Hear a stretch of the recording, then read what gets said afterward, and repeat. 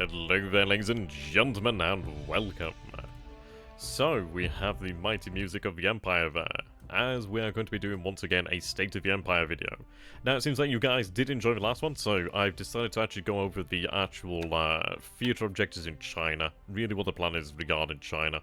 Yeah, we know generally what our plan is regarding the Coral Sea. That one is easy enough, but what is the plan in China? How are we going to crack this nut? And how are we going to reap the rewards? How are we going to move our men? What are we going to be doing? Now, first of all, the entire battle for China really hinges on a number of key cities. Now, the first key city is over here at, I believe it would be the name of Chengchao. Is it Chengchao? I'm going to have to double check. I do forget the name sometimes. Yes, Chengchao. Now, Chengchao is the first key city here. So I want to point that out. This is our first key city. Probably should have done this in a different colour, so I'll do it in a different colour now. So, this is first priority for the conquest of China, and since has been taken. The second priority is basically these rail lines. These are the lifeblood of the conqueror. With the rail lines, I can move supplies, I can move resources, I can move men, I can move equipment, I can move everything I need, including aircraft, engineers, everything you want to say, throughout the entirety of China, at least the majority of China. See, as far as it goes, for securing China, this area is easy. More or less is easy. It can be secured, you're moving from one place to another, you're moving from one urban centre to another one, you're able to have that connected via rail, which means you can move very quickly, reinforcements can move very quickly up, and obviously men can move very quickly back down the line to actually go and refit. There's a lot of supply that can move up very quickly this way. It's very, very nice. You take a look at all this clear terrain here. All clear terrain. Not much in the way of rivers. The rivers actually benefit us over here in protecting our base's operation. So, this area is the easy part of China. We've quickly seen how formidable defenses can be in Wenchao. We know that the one is, we know this one's difficult. But the lessons learned here will be applied to Changsha. And it is going to be very difficult. For example, this is wooded rough, I do believe, but Changsha is going to be another order of magnitude more difficult. In some ways, but in others it will be easier. Now, if I take a look over here then, I believe the Wenchao, how the hell you pronounce it, is Forest Rough, which is a ×3 defensive bonus.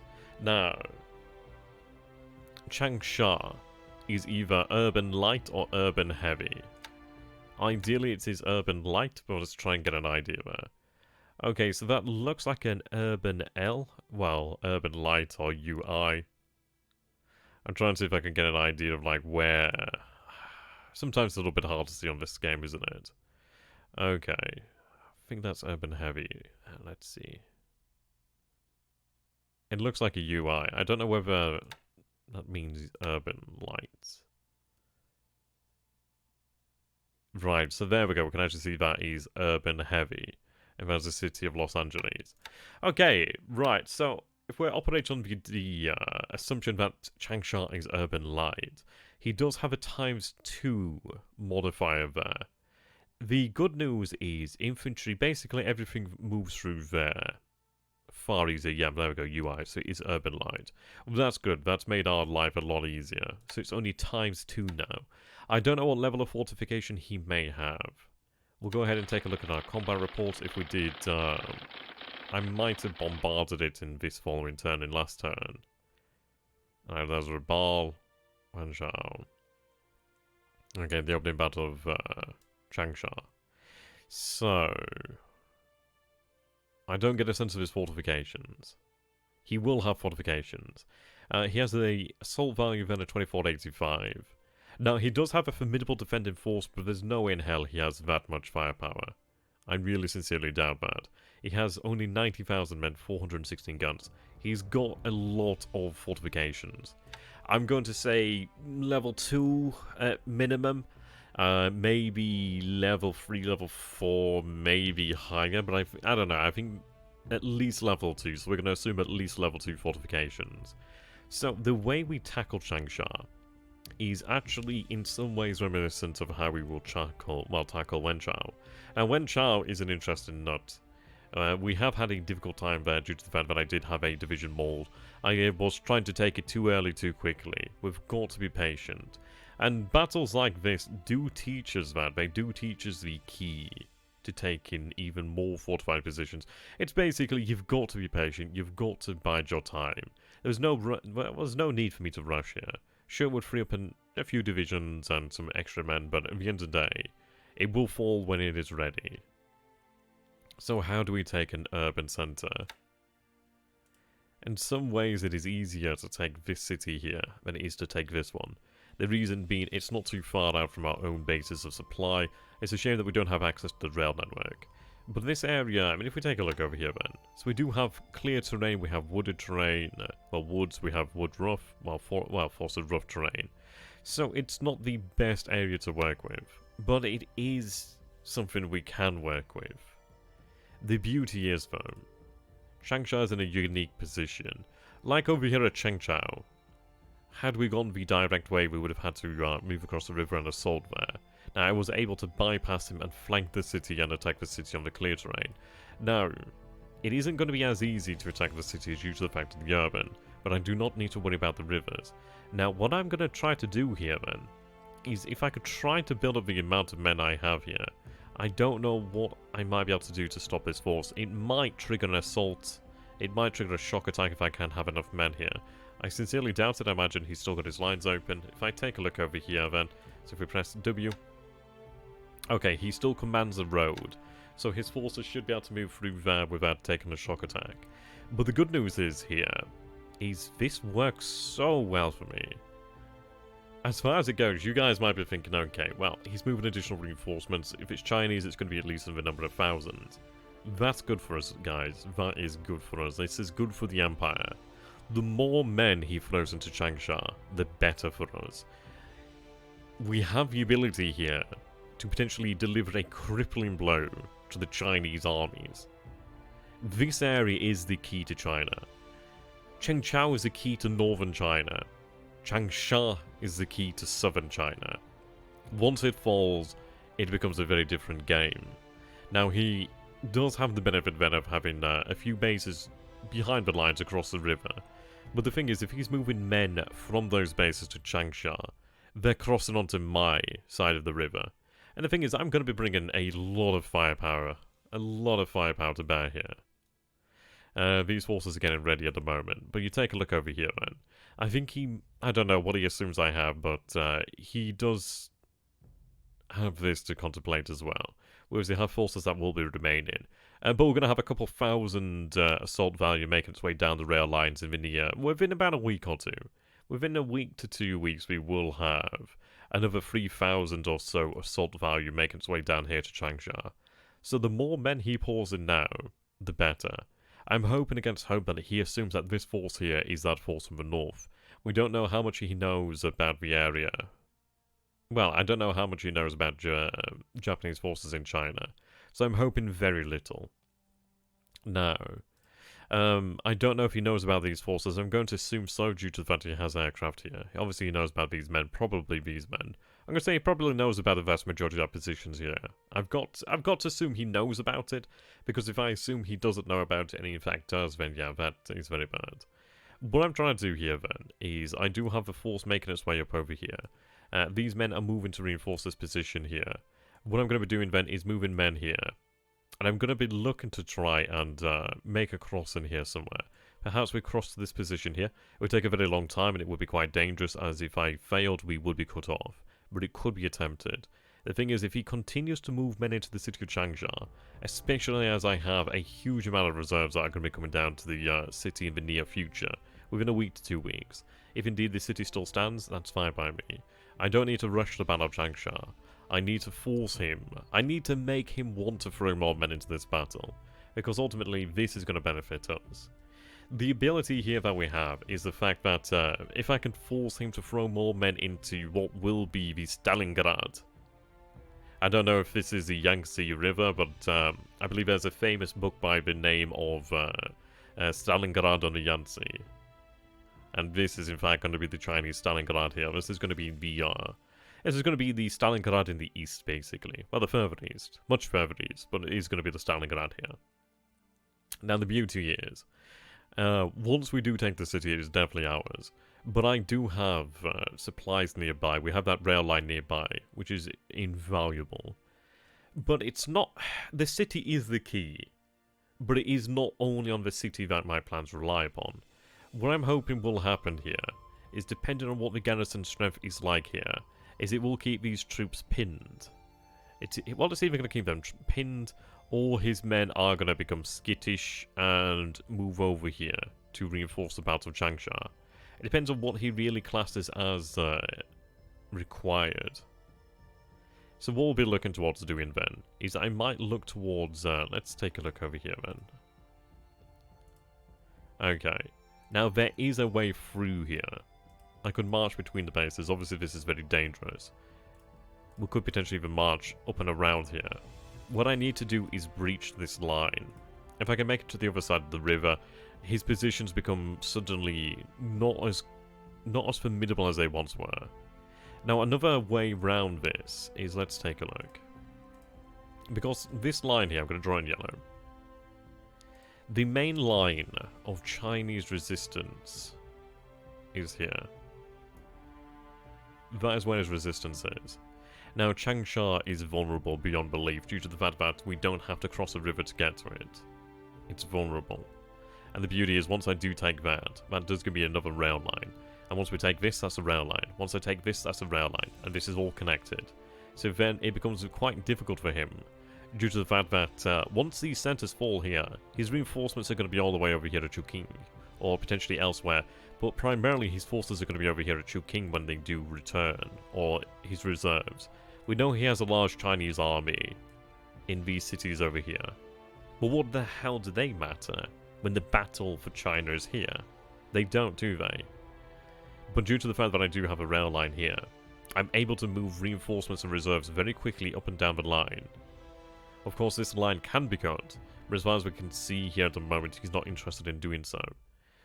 I mean, the difficulty is, once he does move here, then this part of China is cut off, but it can hold on. We are desperately fortifying it, and we will continue to do so.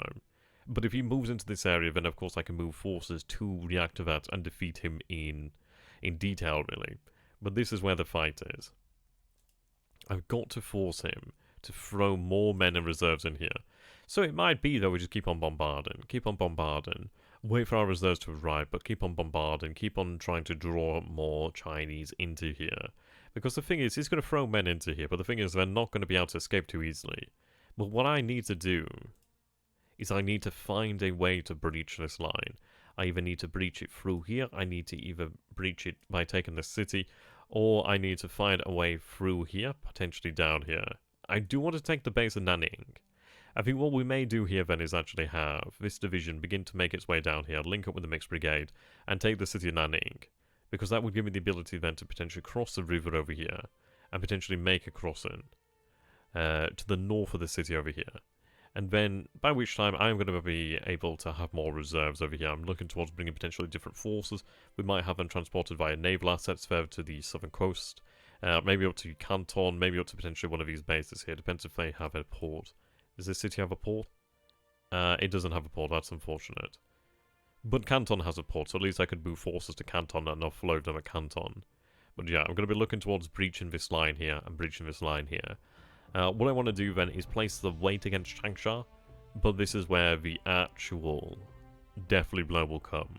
Because once the line is broken here, once the line has been breached, it turns what is in, I suppose in some aspects, one unified Chinese force into many little Chinese forces that aren't unified, that don't have easy access to each other. Then the fact is, it puts us both into a very difficult circumstance. He will have roads and he'll still have rails to bring supplies. It depends how we were able to cross that river. But the thing is, once I do cross him, then I can begin to flank him. And in reality, I don't need to defeat the entire Chinese army to win China. I just need to take key locations and just completely cripple the Chinese army. And we can do that. We have plenty of assets to be able to allow us to do that. It's going to be a few months of bitter fighting, but it can be done. But it's going to involve a large amount of men, a large amount of artillery. It is really all about the artillery here, really. As far as it goes for Changsha, we do have, just going to get rid of these, so as you can see here, at the moment, I don't have that much in the way of artillery. We've got 1, 2, 3, 4 regiments there of field artillery. I think these guys might not have been set to bombard. So we've got 5 artillery regiments there. Not the largest guns in the world, but still guns nonetheless. So these guns will be firing basically constantly. Now we do see the fact that he does have an airfield over here. He has a level 3 airfield. He does have aircraft over here at Quaidlin, and I'm going to assume that these are the Flying Tigers. So what we're going to be looking at doing then as well, because the way to crack these centres is the way that we're currently going to be cracking Wenchao right now, and that is by hitting the airfields.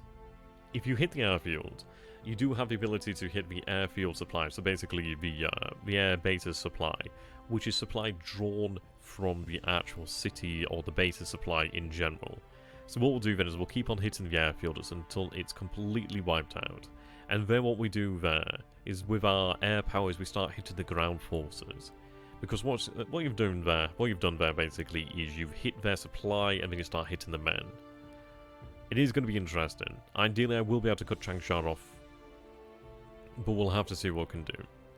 It depends really on his strength, and I'm going to be looking at using... I mean, you take a look at this. This is only about 3,000 men over here. That's not that many men. That really isn't that many men. If we could find a way across here somehow, that'd be brilliant. I don't think that it is an easy one. And consider the sheer mass of men over here. 140-odd thousand, 150-odd thousand, and then another 100-odd thousand here. But they don't matter. They really don't matter. We'll make this work. But that is basically it. What we're trying to do here then is breach this line. And we will try to make our way to Juking as quickly as possible. I've got to make my way to Juking so very quickly. Just basically deny him the ability to reform. The added bonus is what we'll be looking towards doing then is sending forces to block the Burma Road. And the thing is, once China has been secured, as far as it goes, I can obviously spend time pacifying the rest of China, but I'll be able to draw upon those resources. But the thing is, I'm not going to have to require as much in the way of supplies being used in China. Each day of combat does use a large amount of supply. As you can see at the moment, we only have, well, for those guys there. So obviously if we include that to everybody, that is a monthly usage of supplies, I do believe. But I think that is how many supplies you might be able to use in a day of combat. It's something of that nature. I can't exactly remember what it is at the moment. We use a large amount of supplies. So we've got to bear that in mind. Now our men are in pretty good shape over here then. Table equipment is looking good. So really all we've got to do then is just keep up the bombardment. Keep up the bombardment. Once we have aircraft in the air, they're going to begin to hit the airfield. I will be using plenty of bombers, but I will be moving superior aircraft into the skies over China as well. And they'll be using that. Now, moving on from China, as the basics of our strategy there. What we're going to be doing over here at Burma is, at the moment, I'm going to be keeping this force over here. The 2nd Royal Thai Army Divisions have been cutting the line from Pegu to this area along, yeah, the Malaya Peninsula, well, Malayan Peninsula, whatever you would like to call it, but this area of Thailand over here. What we're going to be doing now, then, is we do have men in the process of marching to these bases here. So we'll take control of these bases over here. So we'll take control of Myai and Tavoy. And then Mulmain's turn will come. I do have cavalry forces on the way to Chiang Mai. So what I'm going to be looking towards doing is crossing and cutting these roads off, cutting the rail lines off. I'm going to begin by putting pressure onto Burma using the Royal Thai Army. Once Singapore falls, I'm going to have more forces available for other areas of the theatre. Speaking of this theatre, ground operations, we do have the 4th Division over here. Now the 4th Division, let's see. Yeah, so we have the 4th Division on board here. I'm just waiting for these last few men to be loaded up. And once they're loaded up, I'm going to be moving them out. Now, I do believe I'm going to have the 4th Division land over here to Mindanao. Finish the siege of Cagayan. Basically finish off the defenders of Mindanao. But I do have, I believe it's the 48th Division that will be able to reform in the next few days. Yeah, these men are still offloading, so the 2nd Formosan Infantry Regiment is offloading at this moment in time. So once it's completely offloaded, I will be able to reform the 48th Division. The 48th Division is going to begin to make its way, alongside another air flotilla headquarters, is going to make its way down here to this area, to the Celebes Sea and the Macassar Strait. Now, what I'm looking towards doing then is using our forces here to secure Mindanao. Once I have Mindanao secured, I may look towards using either Davao, or potentially one of these other bases in the area. Ideally one that's connected via road. If they had rails, that'd be amazing, but I don't have rails over here in Mindanao. So more than likely we'll be looking at using Davao. There's a decent port there, but I need to go from the largest port. So, we'll say Davao for the time being. But I will be looking at taking other islands here. Basically, what I'm going to do is establish control of this area. Control of the skies, control of the seas. We do have the mini Kidabutai. They're going to be making their way down there, escorted by 4 battleships. We're going to be taking this area in a big way. We're going to basically force the allies out of this area, and then what we're going to be doing is using the 48th Division, breaking up into detachments and hitting Balikpapan, Samarinda, Tarakan, basically securing Borneo. Once I secure Borneo, I do have access then to more oil and fuel, which is going to help to accelerate our operations in this area. The time for Java will come, but what I need to do then to approach Java is I need to potentially secure bases in Celebes, but most likely I should be able to do quite well by securing southern Borneo bases over here. At least then I'll be able to put bombers on the ground and basically have fighters run over here. We're looking towards control of the seas. Once I control the seas, we're looking good. I can move forces about, but I need to control the skies to truly control the Java Sea. So that's what we need to take into account. Now, the battle for Malaya obviously revolves around Singapore. We do have our men advancing over here. They're trying to move as quickly as possible. I think it's going to be at least another 2 days before they arrive at Johor Bahru. I'm hoping and praying that we might be able to catch some forces out over here. That would be the best news. Yep. If I can catch some of these men, try to force them to battle before they're able to entirely retreat, I'd be quite happy. But as far as it goes for Singapore, we are going to have to basically just get everything in place on Johor Bahru. And the way to approach this is we can't take anything small. It's got to be a division-sized unit or not at all, really. Anything else is just going to get absolutely slammed. So what we'll do then is we'll pile up all our divisions here that we can actually muster. Have them make this shock attack across the causeway over here to Singapore. And from there, then we can start feeding in additional assets, smaller units, and artillery and armor. But we can't do it unless the divisions make it across there. They'll get mulched and they'll get destroyed. It's got to be a division. They're the only things that are strong enough to take them out of punishment and keep going. I might look at additional divisions I might be able to bring up to bear here. I will be looking at releasing, now for another part of our ground campaign aspects, I will be looking at releasing the Mixed Guard Brigade over here. I do have another brigade on Formosa, and I'm going to be moving from Takao to Malaya as well to support the action there. But for example, I do have a Guards Mixed Brigade over here. It's a very strong unit, almost perfect morale, but it is lacking in experience at the moment. So what I'm probably going to be doing then is taking the Guards Mixed Brigade and using assets from them and potentially secure the Aleutians come March time. Or potentially having the Guards Mixed Brigade sent down to Malaya as well. It will depend. If we take a look over here then. The Guards Mixed Brigade. We do have some Naval Guard over here that I do need to move out. So it might be even that I use the Naval Guard to take the Aleutians. Yeah, the Aleutians will be taken by the Naval Guard. Make a lot more sense, wouldn't it? Good few men there. Take one of the islands, that'd be good. Yeah, so we'll look at having the Guards Mixed Brigade either sent to the Pacific, towards Fiji, or towards Malaya. Probably a hard choice, but maybe Fiji, but I'm looking at... I don't know, maybe. Maybe. We'll see what we can do here. But to have this released and deployed elsewhere, it's going to cost us about 772 political points. We are nearing that point. We're about maybe a week or two from unlocking that division, well, that brigade. Assuming we don't use as many political points as usual, or we are using political points as we normally do. So that's going to be the plan there. So of course that is just a little bit of our strategy. I know it's not too in-depth at the moment, as it's mostly like, yeah, this is kind of what we need to do, and things are going on. Slotting into place, really. So I hope you guys have enjoyed this. It's another little update, just to give you guys an idea of what the actual ground campaign ideas are, what my thoughts are. Feel free to comment, and I do hope you guys stay tuned for more. Goodbye, and see you next time. Do remember to subscribe and become a patron as well to support myself and the channel. Makes a tremendous difference. Goodbye for now, guys. Until next time.